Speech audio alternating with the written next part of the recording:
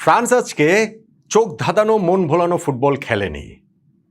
Knockout পর্বের প্রথম রাউন্ডে সুইডেনের বিপক্ষে ফ্রান্সের ফুটবল দেখে যেমন বিস্ময়ে সবাই হতবাক হয়ে গিয়েছিলাম, একেবারে চোয়াল ঝুলে পড়ার মতো অবস্থা হয়েছিল, আজকের রাউন্ড অফ 16-এর ম্যাচটা দেখে তা হয়নি। বরং প্যারাগুয়ে ভালোই লড়াই করেছে, কিন্তু ফ্রান্সও একটা প্রফেশনাল পারফরমেন্স দিয়ে ঠিকই জয়টা আদায় করে নিয়েছে, কোনো অঘটন ঘটতে দেয়নি। শেষ পর্যন্ত কিলিয়ান এমবাপ্পের একমাত্র গোলে প্যারাগুয়েকে হারিয়ে রাউন্ড অফ 16 থেকে কোয়ার্টার ফাইনালের টিকিটটা ফ্রান্স নিশ্চিত করে ফেলল, যেইখানে তারা খেলবে মরক্কোর বিপক্ষে। ফ্রান্স ভার্সেস মরক্কো 2022 বিশ্বকাপের সেমিফাইনালের রিম্যাচ, যেই ম্যাচটাতে ফ্রান্স জিতে ফাইনালে উঠেছিল। এইবার কি কোয়ার্টার ফাইনালে মরক্কো, দ্য অ্যাটলাস লায়ন, তারা কি প্রতিশোধ নিতে পারবে, নাকি ফ্রান্স তাদের জয়যাত্রা অব্যাহত রেখে তৃতীয় বিশ্বকাপ জয়ের দিকে আরও এক ধাপ পারবে?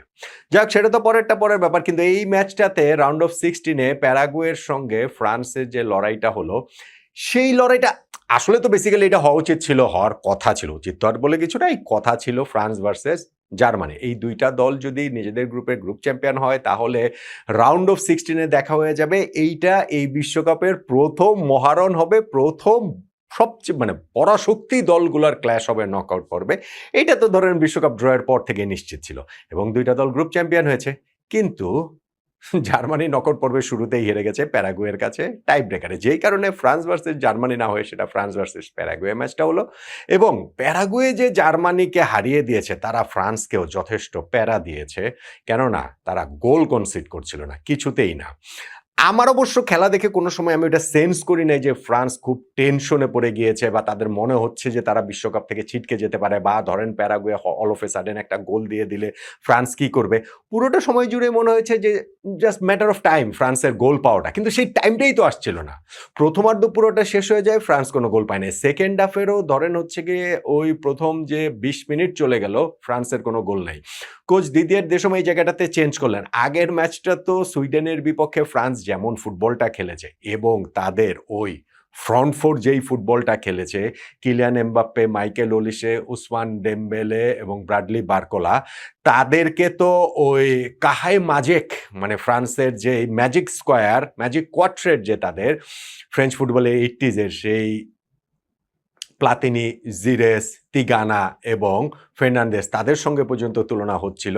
কিন্তু এই ম্যাচটাতে ঠিক তারা ওইভাবে আসলে টিক করছিল না, হয়ে উঠছিল না। ফ্রান্স ধরেন প্রথম হাফে তো কয়েকটা শুধুমাত্র দূরপাল্লার শটের বাইরে র্যাবিও দিয়ে একটা শট নিয়েছেন, কোনে শট নিয়েছেন, এর বাইরে আসলে খুব একটা অ্যাটাক করতেই পারে নাই, ওপেন করতে পারে নাই প্যারাগুয়ের এই ভীষণ রকম জমাট ডিফেন্স লাইনকে।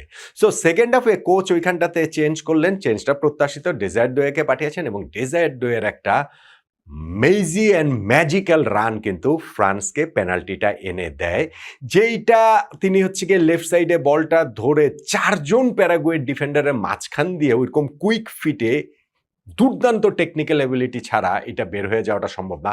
বের হননি, বের হয়ে যাওয়ার চেষ্টা করেছিলেন এই মানব দঙ্গলের ভেতর দিয়ে, এবং অবভিয়াসলি তাকে মারা ছাড়া থামানোর কোনো উপায় নেই।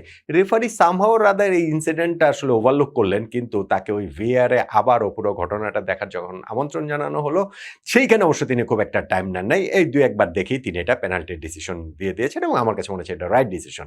ইন্টারেস্টিংলি ফ্রান্স এইবার ওয়ার্ল্ড কাপে এরকম দুর্দান্ত অ্যাটাকিং ফুটবল খেলছে, তাদের ফ্রন্ট ফোরের কথা এরকম ভাবে বলা হচ্ছে। এই ওয়ার্ল্ড কাপের 5th ম্যাচে এসে ফ্রান্স প্রথম পেনাল্টি পেল, এবং সেই পেনাল্টিটা নিতে আসলেন কে? কিলিয়ান এমবাপ্পে, যার ওয়ার্ল্ড কাপে লাস্ট পেনাল্টি হচ্ছে গত বিশ্বকাপ ফাইনালে আর্জেন্টিনার বিপক্ষে, যেইখানটাতে ওই 90+20 120 মিনিটের মধ্যে তার 2টা পেনাল্টি রয়েছে, আর টাই ব্রেকারে আরও একটা পেনাল্টি রয়েছে। সবগুলোই তিনি জালে বল জড়িয়েছিলেন, এবং এইবারও যখন তিনি বলটা নিলেন পেনাল্টি করার জন্য, আসলে দেমবেলে নিয়ে রাখছিলেন, এটা একটু হাইট করছিলেন, ওই সময় মাইন্ড গেম চলছিল, এটা তো হয়ই। পরে ফাইনালি দেমবেলের কাছ থেকে বলটা নিয়ে কিলিয়ান এমবাপ্পে সুন্দর করে তিনি গোলকিপারের বাম পাশ দিয়ে তাকে রং সাইডে ফেলে সুন্দর করে বলটাকে জালে জড়িয়ে দিলেন। আসলে এটা কোনো সময় ডাউটে ছিল না যে এমবাপ্পে পেনাল্টিটা মিস করতে পারে কিনা।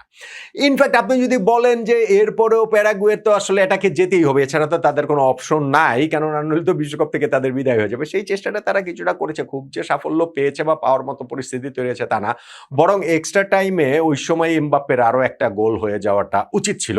কেননা ২ বার তার গোলকিপার তার নিশ্চিত গোল ঠেকিয়েছেন। প্রথমত হচ্ছে গিয়ে ওই যে পায়ে মানে ওই এমবাপ্পের একটা শট যেটা সেটা হচ্ছে গোলকিপার ডান পাশে ঝাঁপিয়ে পড়ে ঠেকিয়েছেন। ইনফ্যাক্ট ফিরতি বলটাতেও এমবাপ্পের প্রচেষ্টাটা তিনি রুখে দিয়েছেন। ফলে কিলিয়ান এমবাপ্পের এইখানটাতে তার একমাত্র গোলেই ফ্রান্স জিতে গেল। কিন্তু সেই গোলটারও অনেক রকম সিগনিফিকেন্স তো রয়েছেই। এখন এই সময় তো সেটা আসলে থাকেই। এমবাপ্পের সব গোলেই সেই জিনিসটা মোটামুটি থেকে যাচ্ছে। লিওনেল মেসির সাথে একটা তুলনার জায়গায় চলে আসছে। কেননা লিওনেল মেসি এই ওয়ার্ল্ড কাপে সর্বোচ্চ গোলদাতার সেই গোল্ডেন বুটের রেসটা লিড করছিলেন ৭ গোল নিয়ে। কিলিয়ান এমবাপ্পে এই ম্যাচে গোল করে তারও ৭ নাম্বার গোল হয়ে গেল। মেসি আগের দিন যেমন ২টা ভিন্ন ওয়ার্ল্ড কাপে অন্ততপক্ষে ৭ গোল করা প্রথম ফুটবলার হয়েছেন। কিলিয়ান এমবাপ্পে আজকের ৭ম গোল করে তিনিও মেসির পরে ওই জায়গাটাতে চলে গেলেন। ইনফ্যাক্ট এই ওয়ার্ল্ড কাপে কিলিয়ান এমবাপ্পে হয়তোবা মেসিকেও ছাড়িয়ে যাবেন এই দিক থেকে। কেননা পরপর ভিন্ন ২টা ওয়ার্ল্ড কাপে অন্ততপক্ষে ৮ গোল করা প্রথম ফুটবলার কিলিয়ান এমবাপ্পে হয়ে যেতে পারেন। সেটা তো মেসি ছুঁতে পারবেন না এই ওয়ার্ল্ড কাপে। কেননা গত ওয়ার্ল্ড কাপে এমবাপ্পের ৮ গোল ছিল, মেসি তো ৭ গোলই ছিল। সো সেইটাও ওই জায়গাটাতে হতে পারে এবং ফ্রান্স এর পরের অংশটা মোটামুটি কমফোর্টেবলি তারা খেলেছে এবং প্যারাগুয়ে তাদেরকে যথেষ্ট প্যারা দিল। মানে গোলটা না হচ্ছে গিয়ে যে খায়নি সেই দিক থেকে। কিন্তু আমার কাছে সত্যিকার অর্থে কোনো সময় আমার মনে হয়নি যেমন আর্জেন্টিনার খেলা যেমন একটা টেনশন ছিল, কাবো ভের্দের খেলাটাতে যেমন একটা পেনিট্রেশন ছিল। যেকোনো মুহূর্তে তারা গোল দিয়ে দিতে পারে এবং ২ বার তারা গোল শোধ করেছেও। এবং তারপরেও গিয়েও যে থার্ড গোলটাও যখন আর্জেন্টিনা দিয়েছে তখনও মনে হচ্ছিল যে না তারা এই টাই ব্রেকের আগে জিততে পারে কি পারে না। এরপরেও তারা চান্স কনসিড করেছে। ফ্রান্স প্যারাগুয়ের এই ম্যাচটাতে ওই রকম টেনশনটা আসলে সেন্স করা যায়নি অন্ততপক্ষে। এক ধরনের একটা কামনেস আছে এবং মনে হয়েছিল যে ফ্রান্স তারাও নিজেদের সামর্থ্যের উপর আস্থা পান এবং তারা জানে যে তারা উইনিং গোলটা আদায় করে নিতে পারবে এবং সেই গোলটা তারা আদায় করে নিয়েছে। চোখ ধাঁধানো পারফরমেন্স না, মন ভোলানো পারফরমেন্স না, দুর্দান্ত পারফরমেন্স না, কিন্তু প্রফেশনাল পারফরমেন্স। ওয়ার্ল্ড কাপের প্রতিটা ম্যাচেই যে অসাধারণ ফুটবল খেলেই জিততে হয় শিরোপা জয়ের জন্য, বিষয়টা কিন্তু সেরকম নয়। ফলে ফ্রান্স আজকে একটা ওই রকম ম্যাচটাই জিতলো যেইটা তাদেরকে ইনফ্যাক্ট ওয়ার্ল্ড কাপের আরও একটা হার্ডল পার করিয়ে দিল। এখন ফ্রান্স এই নিয়ে টানা ৪র্থ বিশ্বকাপের অ্যাটলিস্ট কোয়ার্টার ফাইনাল পর্যন্ত যা গেল এবং নিশ্চিতভাবে এই ফ্রান্স তো আর শুধু কোয়ার্টার ফাইনালে আটকে থাকতে চাবে না। গত ২টা বিশ্বকাপে যারা ফাইনাল খেলেছে, ইনফ্যাক্ট ২০১৮-তে চ্যাম্পিয়ন হয়েছে, ২০২২-এ তারা রানার্স আপ হয়েছে, এইবারও তাদের টার্গেট ওই রকমই। এই ম্যাচের পরেও তারা এখন আরেকটা ধাপ পেরিয়ে গেল। রাউন্ড অফ 32 রাউন্ড অফ 16 এর পর এখন তারা কোয়ার্টার ফাইনালে উঠে গেল। ফ্রান্স ভার্সেস মরক্কো সেই কোয়ার্টার ফাইনালটা ইন্টারেস্টিং একটা ম্যাচ তো হবেই। ২০২২-এর সেমিফাইনালের রিপিট এবং আমি নিশ্চিত যে ফ্রান্স আজকে যেই ফুটবলটা খেলেছে প্যারাগুয়ের বিপক্ষে, মরক্কোর বিপক্ষে, সেই ফুটবলের জায়গাটাতে আরও অনেক উন্নতি, আরও একটা অন্যরকম ফ্রান্সকে আমরা দেখতেই পাবো।